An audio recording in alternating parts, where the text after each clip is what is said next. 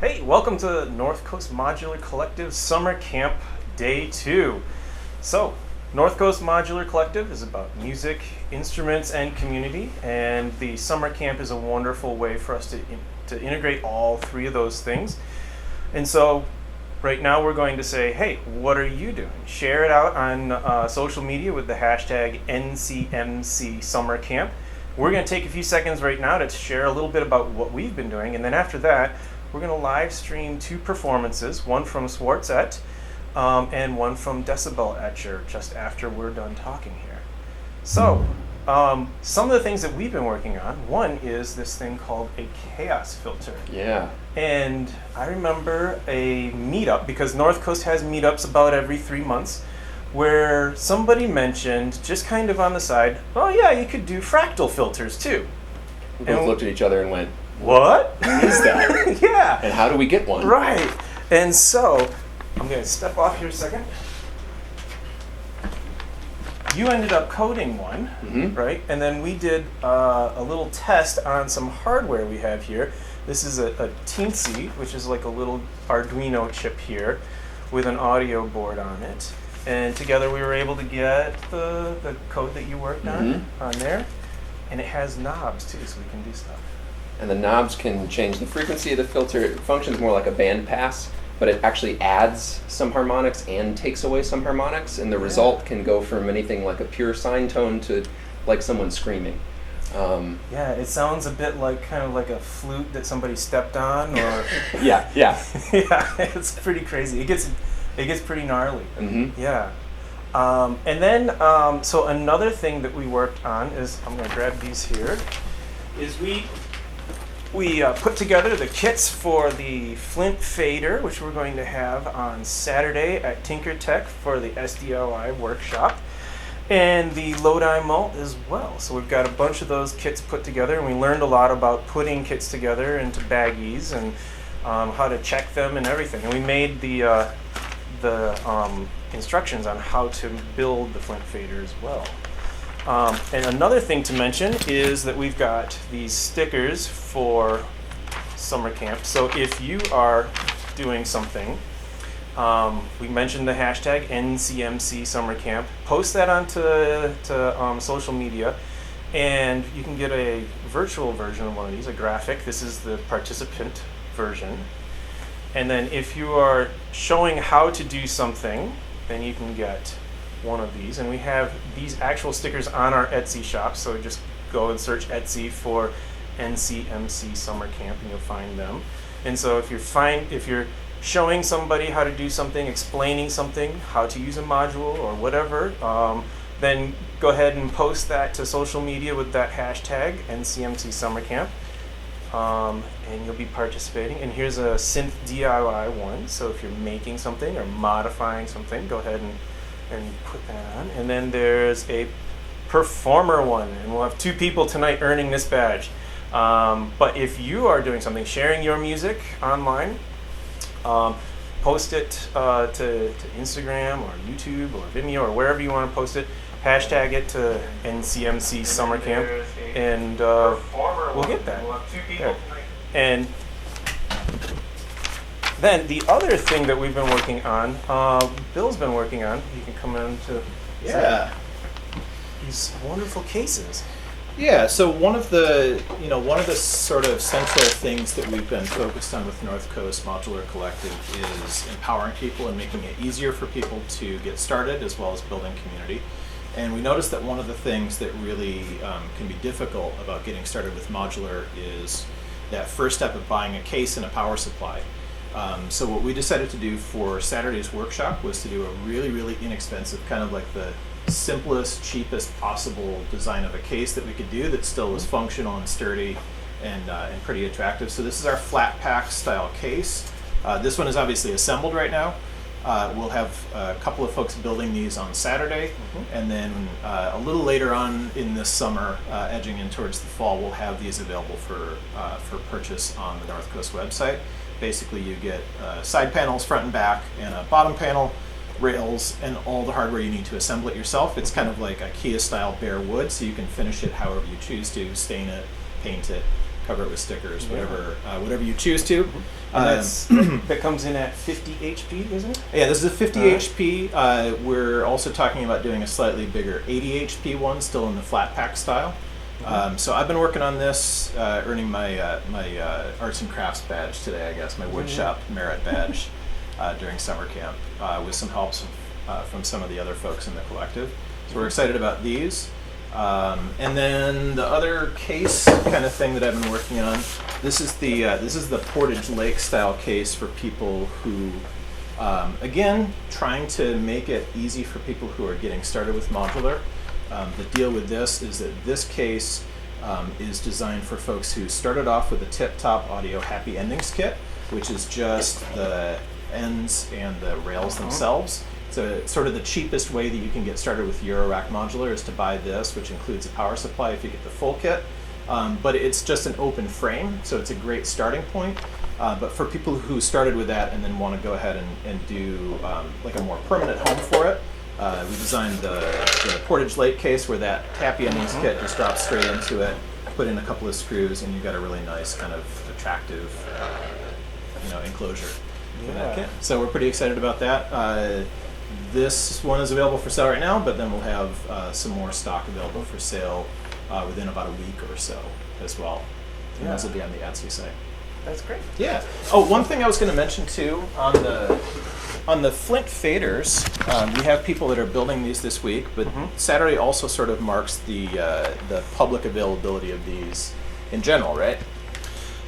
Yes, yeah, this will be the first time that people will be able to get these, and then we will have them on our site within a few weeks after this Saturday. Yeah, and so something that's kind of cool about this, folks who are in Michigan know about this, and people probably around the United States at least know about this, but the city of Flint has really suffered a lot in the last few years, and so we didn't want to just name this after the city of Flint, but we're actually giving back some as well. So proceeds from this, some of the proceeds from this go to the United Way of Genesee County to fund or help fund at least some of the relief efforts that they are doing and have been continuing to do for a bunch of years, helping folks out in Flint. Yes. And so, as summer camp moves on, just a quick rundown of some of the schedule.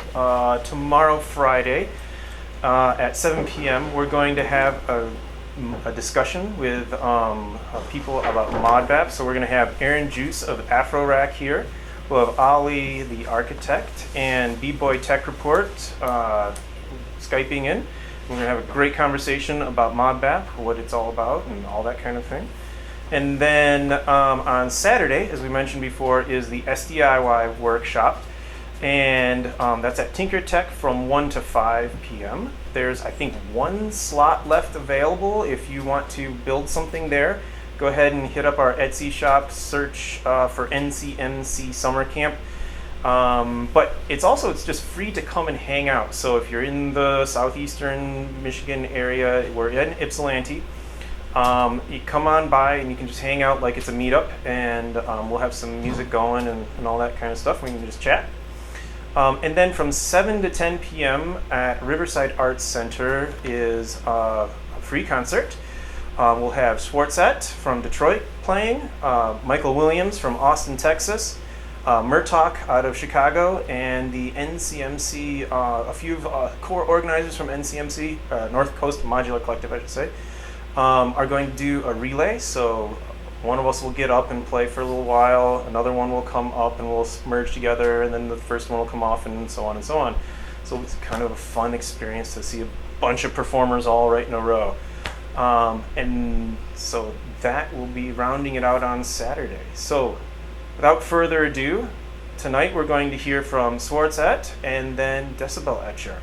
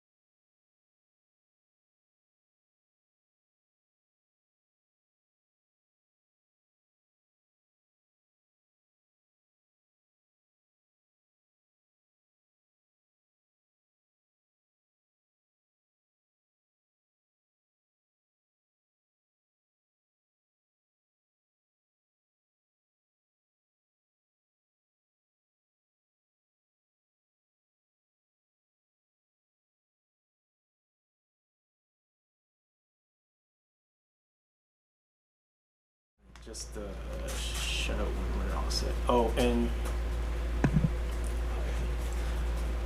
all right, so welcome back to North Coast Modular Collective Summer Camp Day 2. We've just heard some great performances from Swartz and Decibel Etcher, and we're going to talk a little bit. We got a few questions from online. If you have any questions, go ahead and ask them. We'll try and get to them as we're going along. But first question that we got online while you were performing was, and we can go both of you. What's your favorite module? Oh, geez. Well, you know what? This would have been actually a lot easier a few months ago. I would have said Mutable Instruments Clouds. Yeah. It's an amazing module, but it's a tie now. I've fallen in love with mults as well.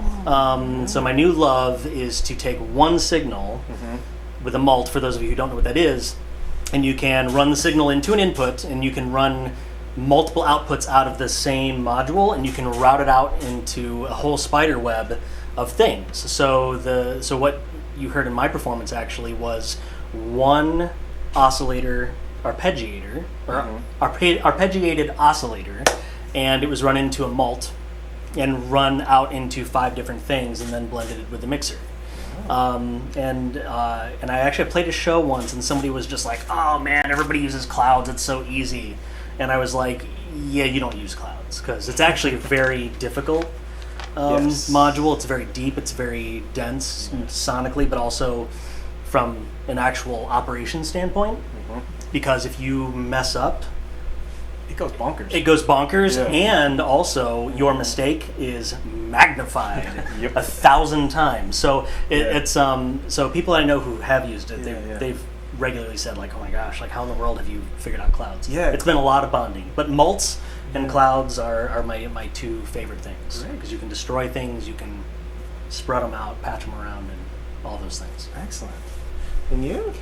Well, Favorite? you know, if you get 2, I guess I get 2, right? So Right. you do. Yes. the one I used in pretty much every patch would be the Echophone, so just for that reverb. And you know, I'm a sucker for washing out at the end. I kind of do it every time. It's a little bit cliche maybe, but that's what I do. It's fun. And it is fun, right? Yeah. So, but more recently I got the Verbose harmonic oscillator, and that's been something that's really kind of fun to play with, because, you know, in contrast to some of the other oscillators that I've worked with, you know, it's a different approach, you know, adding the harmonics, and then also being able to control the spread and like the center frequency and things like that, which the little, you know, kind of back and forth notes that were going on during the patch I was playing today, I was kind of modulating that center frequency with a ramp from the voltage multi-stage, but yeah, so that's been a fun one. Great. Yeah. All right. So North Coast Modular Collective, one of the things we try to do is help with people who are trying to get started, kind of lowering the barrier, helping spread knowledge and so forth. So I was wondering if you could kind of say, how did you get started? And is there any kind of like single tip that you might give that you've learned that you could say to your past self when you were getting started, now that I'm so wiser now? What would I tell past myself when I was starting out? Well, sure. I mean, I got started with, well, maybe way long ago I might have messed around with some digital audio workstations and stuff like that, but I really kind of got into synthesis. Well, I heard a Caitlin Aurelia Smith album, and I was like, I have to explore this. But I'm a Linux user, so I use like Zin Add Sub FX, or Yoshimi, which is, you know, a fork of that.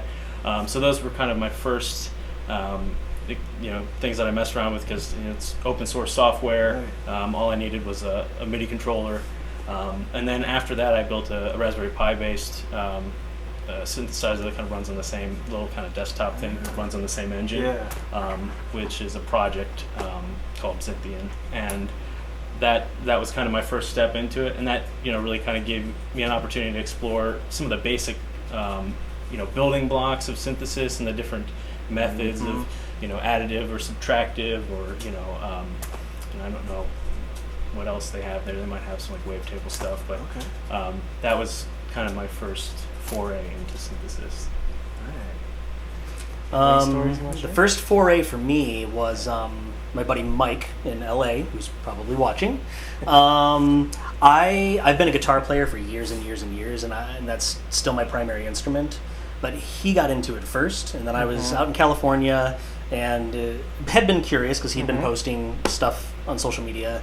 And so I was out there in California, and he took me to Analog Haven in Santa Monica, and Rodent, if he happens to be watching also, Eric Cheslak, spent a whole afternoon with me and a few buddies just kind of walking us through everything for like a whole afternoon. I couldn't believe how gracious they were to let us just invade their space for a whole afternoon.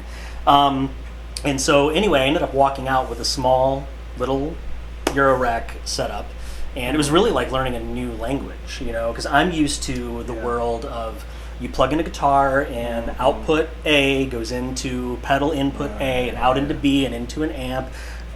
And this is nothing like that. It's like, you know, one output can go in a million different directions, and every single module you add adds 1,000 other possibilities of what you could do. It's not as linear. So it took me a little while to kind of like wrap my head around it.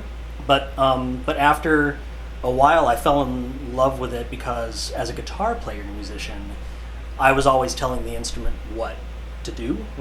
And so how I was feeling and how I wanted to communicate would be through something where I would make it happen and I would play.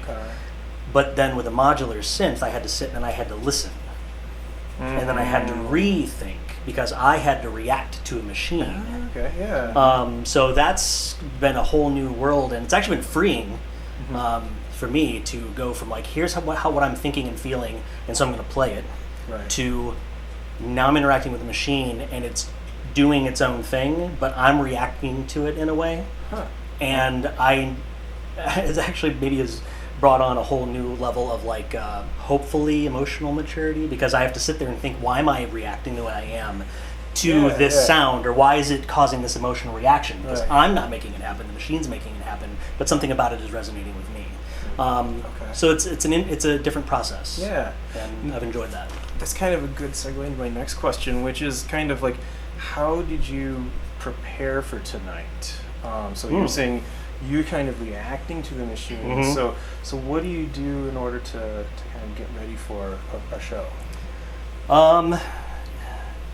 It really kind of just depends on the show, I guess. But for this particular thing, and the way I approach all music, whether I'm playing guitar or even sitting at a piano or with modular synth, is I mean, I like all kinds of music, even stuff that's like really busy and all that kind of stuff. But when it comes to me making music, I try to really hone in on like the most minimal, simple idea possible. I try to get to something very primal and basic, and then blow it up and let it bloom kind of from there as I kind of emotionally react. So for example, like, you know, tonight this was literally one 64 note long arpeggio that just kind of kept going and going and going, and then I just literally just kind of kept turning knobs and letting it just sort of bloom and fold in on itself, and then also blow up on itself. So I like to take very simple things because life is not simple. So a lot of my music tends to be the antithesis of a lot of what I experience, like out in the general world living. So I try to get to that place of simplicity and then try to see how I can magnify it, if that makes sense. You know, I think that you just have more emotional maturity than I do, because what I do is I tend to, I'll start with a seed of an idea. I'll be sitting at work or something, and I'll think, I want to, route this signal path, here and see what happens, and so that's how I'll kind of start. And then what happens from there is, like in this case, I was using a kind of a different approach than what I've been doing lately. Ever since I got the second version of the Rene, I've been kind of using that as my main source of, pitch CV. And in this case, I decided to try to separate the quantizer from, the pitch values that, just the raw CV that was being put in. So I'm using the Ornament Crime to do that. So generally what happens is I'll kind of start exploring that idea, and I'll wind up building up this monstrosity of, like noise, and then I wind up having to kind of pare it back down to something that, and a similar experience is like I generally kind of feel like toward the end I'm almost just trying to like find, kind of tune the instrument to kind of what my emotional landscape is as I'm sitting there, usually kind of in my my space there at home, just solitary. So there is still an element of sort of reaction to what it's doing definitely, and yeah. kind of feedback. Yeah. Great, yeah. So do either of you have anything coming up soon that people should know about? I'm performing on Saturday. All right. Yeah. Saturday with the North Coast crew. Yeah. We'll be doing some fun stuff at the Ypsilanti Riverside Arts Center. Yep. So closing down the summer camp. So that'll be Yeah. a lot of fun. Looking forward to that. Yeah. I haven't said anything about this publicly, so this is actually the first time. Okay. I just finished a record. Yeah. All right. I don't know when it'll be out yet. There's a few little mixing tweaks that need to be made, but it's basically done. Alright. So look stay for that tuned. soon, huh? So yeah, new record and Alright. and then maybe some performances this fall, but nothing that has like been confirmed. Okay. All right. And where can somebody find you if they want to find the record or see you on a social media thing? Or Yeah, I anything mean, like if you look up Swartz on social media, YouTube, Instagram, Mhm. all that stuff, you can find me at Swartz. Okay. You message me if you like. There's a link to my Bandcamp page on my Instagram feed, but also, or my Instagram account, but also if you go to swartz.bandcamp.com, all my records and releases are there.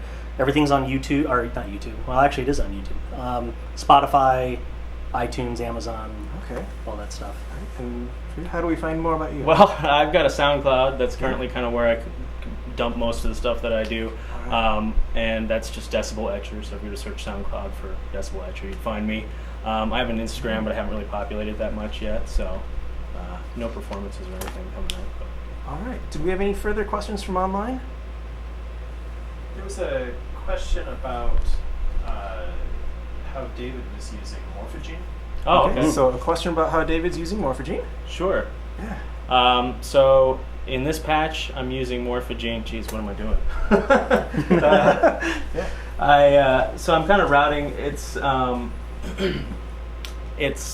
kind of routing the signals that are going through my Optimix and out into the Verb and out into the mix out are also being kind of malted to the Morphogene, and all I'm doing is kind of keeping it constantly recording on a pretty short time span. So when I first started the patch, I wound up using Tempi to actually section out. I just picked a tempo I liked, and then I did 1 multiple, 2, 3, 4 of length for a splice that I could then kind of organize back and forth. And I just picked one and constantly sort of record, and I'm using, if you go into like the settings of that configuration file for Morphogene, there's an option to do recording just the input instead of the mix, and so that's kind of what I'm doing. So the output is doing whatever crazy organize and grain size I'm doing, but the input's just the in from Optimix. All right. So, thank you both for playing. Thanks for having us. This was And fun. You've earned your performer badge from the North Coast Modular Collective Summer Camp. Woo! Yeah, Yeah. there you go. Thank you very much. And you too, if you are doing a performance, sharing your music live or recorded on any of the social medias, hashtag it with NCMC Summer Camp. And you can get a little digital version of that, or if you want, you can buy one on the Etsy shop. So just go and search Etsy for NCMC Summer Camp, and you can find one of these for yourself. All right. Awesome. Thanks. Thank you. And so tomorrow, you may have noticed some of the visuals that were live coded. That was David Minix using Hydra. And tomorrow he's going to do a great performance for us with Hydra for visuals and title cycles, which is live coding the music and the visuals. That'll be after tomorrow's mod map discussion. So tune in again tomorrow, 7 p.m. Eastern Time, and check out our activities for Saturday as well. Okay, thanks.